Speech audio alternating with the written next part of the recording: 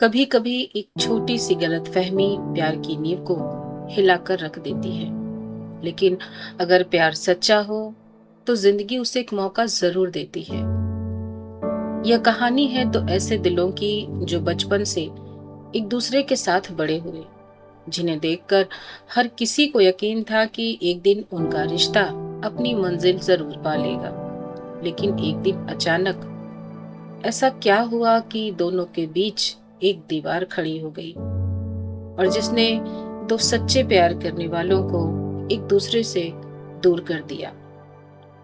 पर हर प्यार की एक अनोखी और बेमिसाल कहानी होती है। वह अपनी मंजिल खुद तय करती है। क्या बचपन का प्यार फिर से लौट पाया? और आखिर ऐसा क्या हुआ कि शादी के समय लड़की ने 7 नहीं 8 वचन लिए? जानने के लिए सुनिए एक बेहद भावुक कहानी, दिल है तुम्हारा, जिसे लिखा है हमारी सदाबहार लेखिका विद्या शर्मा जी ने।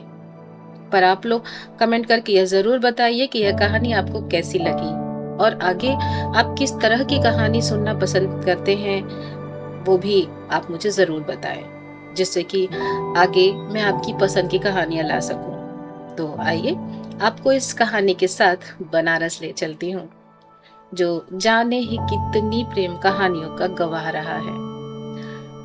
बनारस के साकेत नगर की उस पुरानी गली में दो घर आमने सामने थे। एक घर में रहता था समर और दूसरे में मीरा।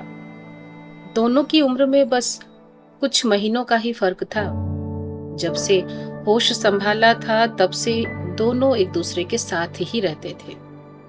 स्कूल जाना हो, होमवर्क करना हो, साथ लड़ाई झगड़ा करना हो, या किसी दूसरे से लड़ाई हो जाए तो उसकी खैर करना हो, या फिर शाम को पेड़ के नीचे बैठकर दुनिया जहान की बातें करना हो। मोहल्ले में हर कोई उन्हें देखकर मुस्कुरा देता।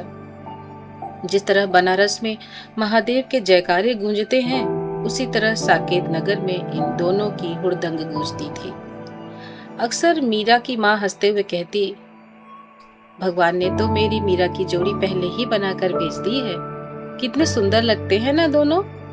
और समर की माँ भी प्यार से कहती, हमें तो मीरा जैसी बहू ही चाहिए।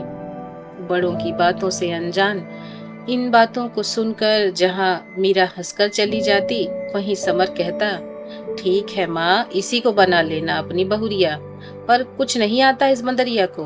और फिर उसकी बातें सुनकर दोनों माएं हंसने लगती। समय धीरे धीरे आगे बढ़ता रहा।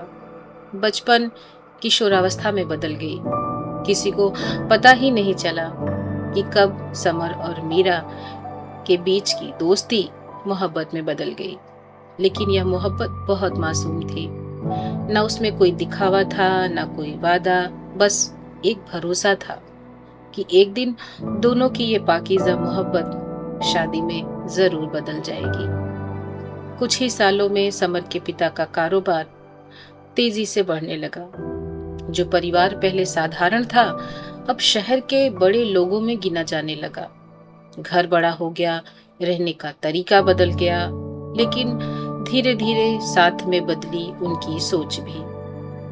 पर समर और मीरा का रिश्ता बिल्कुल वैसा ही था, पाक और पाकीज़ा।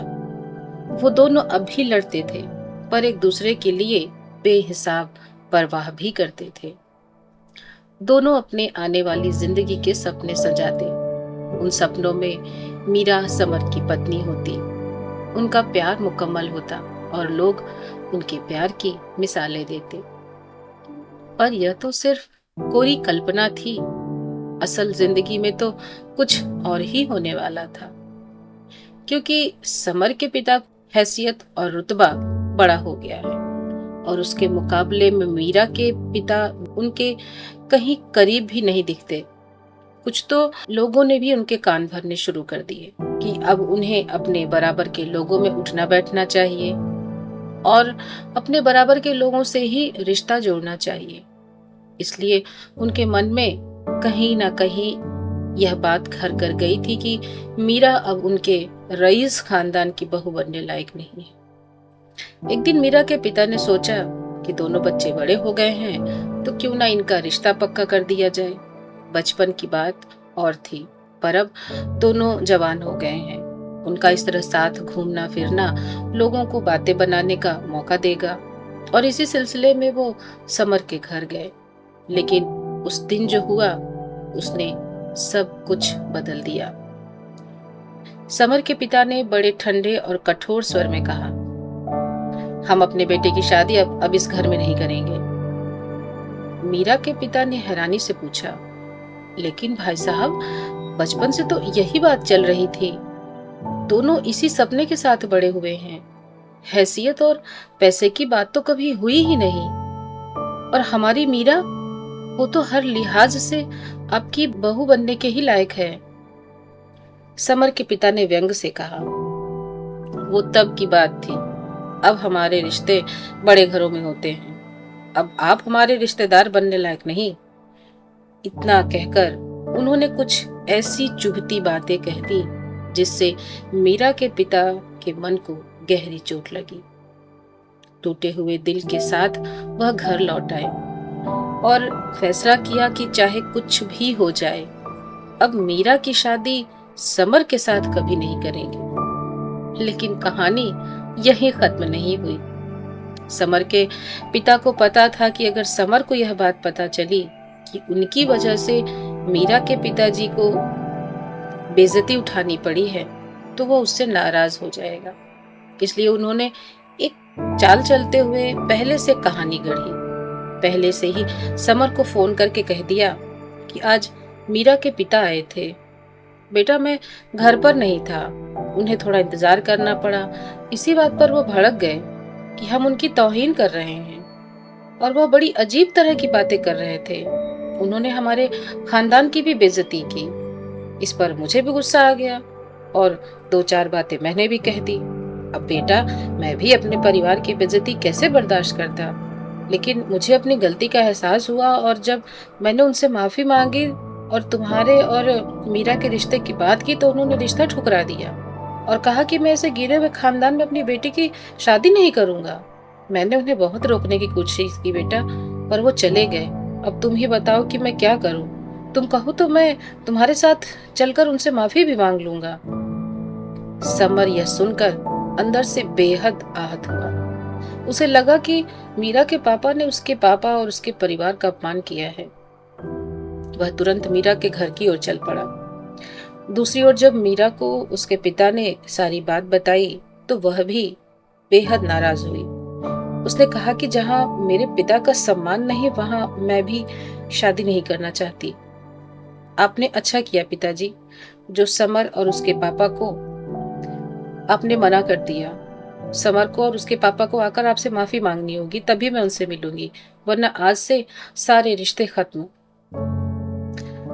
इतना कहकर मीरा उदास होकर अपने कमरे में चली गई। थोड़ी देर में समर मीरा के घर पहुंचा और उसने मीरा से कहा कि मीरा, अंकल ने क्या कर दिया है?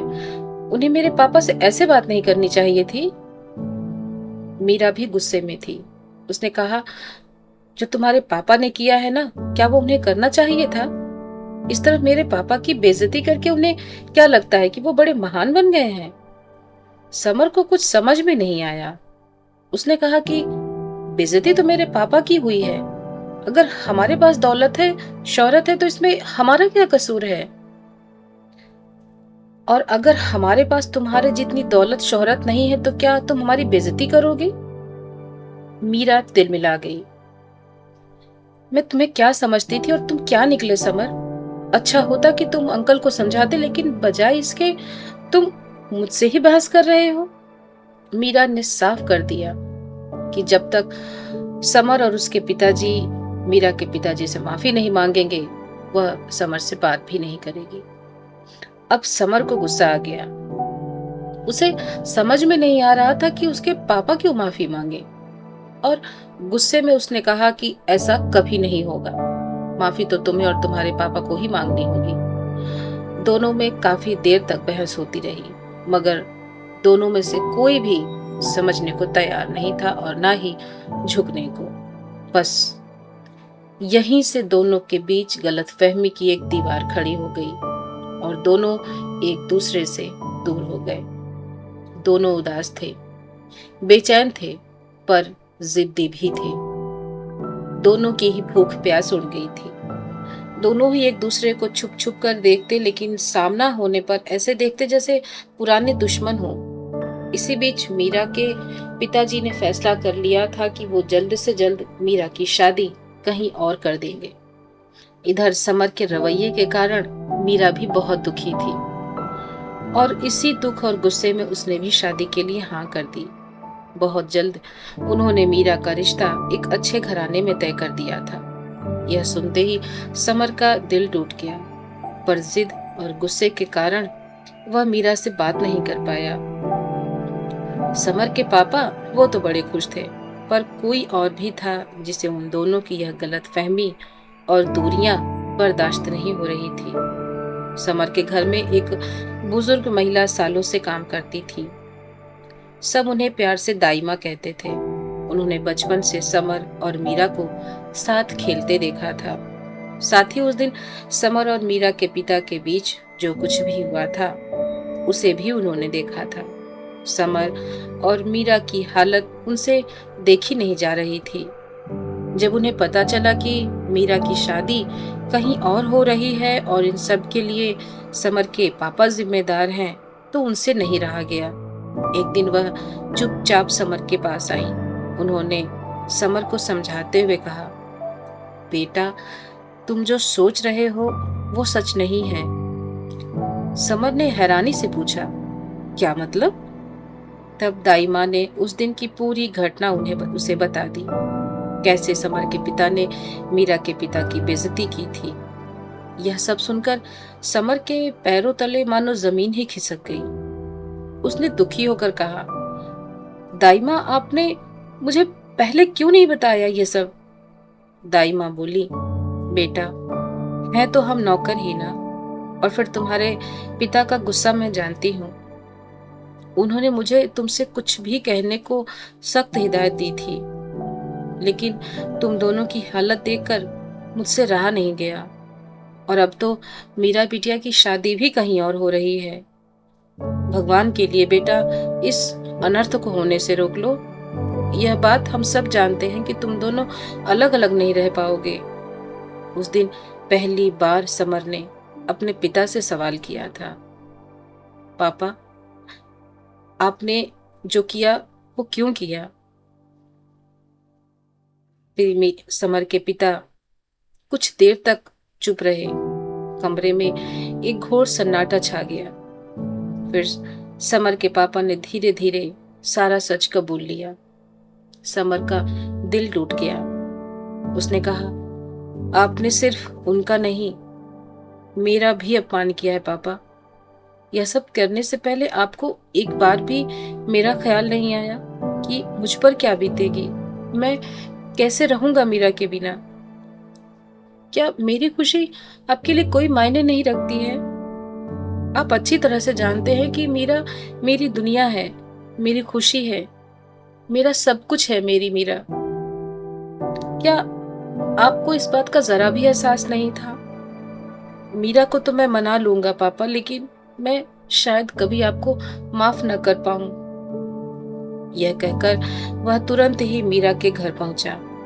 मीरा उसे देखकर चौंक गई। समर ने सबके सामने बिना किसी झिझक के मीरा का हाथ थाम लिया और कहा, मुझसे बहुत बड़ी गलती हो गई है मीरा। मुझे सचमुच सच का बिल्कुल पता नहीं था। मैं अपने पापा की तरफ से तुमसे और अंकल से माफी मांगता हूँ। मैं शर्मिंदा हूँ कि मेरे घर में उनका अपमान हुआ। प्लीज मुझे माफ कर दो मीरा। अंकल जी, प्लीज आप भी मुझे माफ कर दीजिए और इस शादी को रोक दीजिए। मैं मीरा के बिना रह नहीं पाऊंगा। अगर आपने उसकी शादी कहीं और की तो मैं अपने आप को कभी माफ नहीं कर पाऊंगा और शायद ये जिंदगी मेरे लिए एक सजा बन जाएगी। यह कहते कहते वह फूट कर रोने लगा और वहीं जमीन पर बैठ गया। मीरा की भी आंखों में आंसू आ गए। उससे समर की तकलीफ देखी नहीं जा रही थी, लेकिन फिर भी उसने अपनी बात कही। समर, जब मैंने तुमसे बार बार कहा, तब तुमने एक बार भी मेरा यकीन नहीं किया।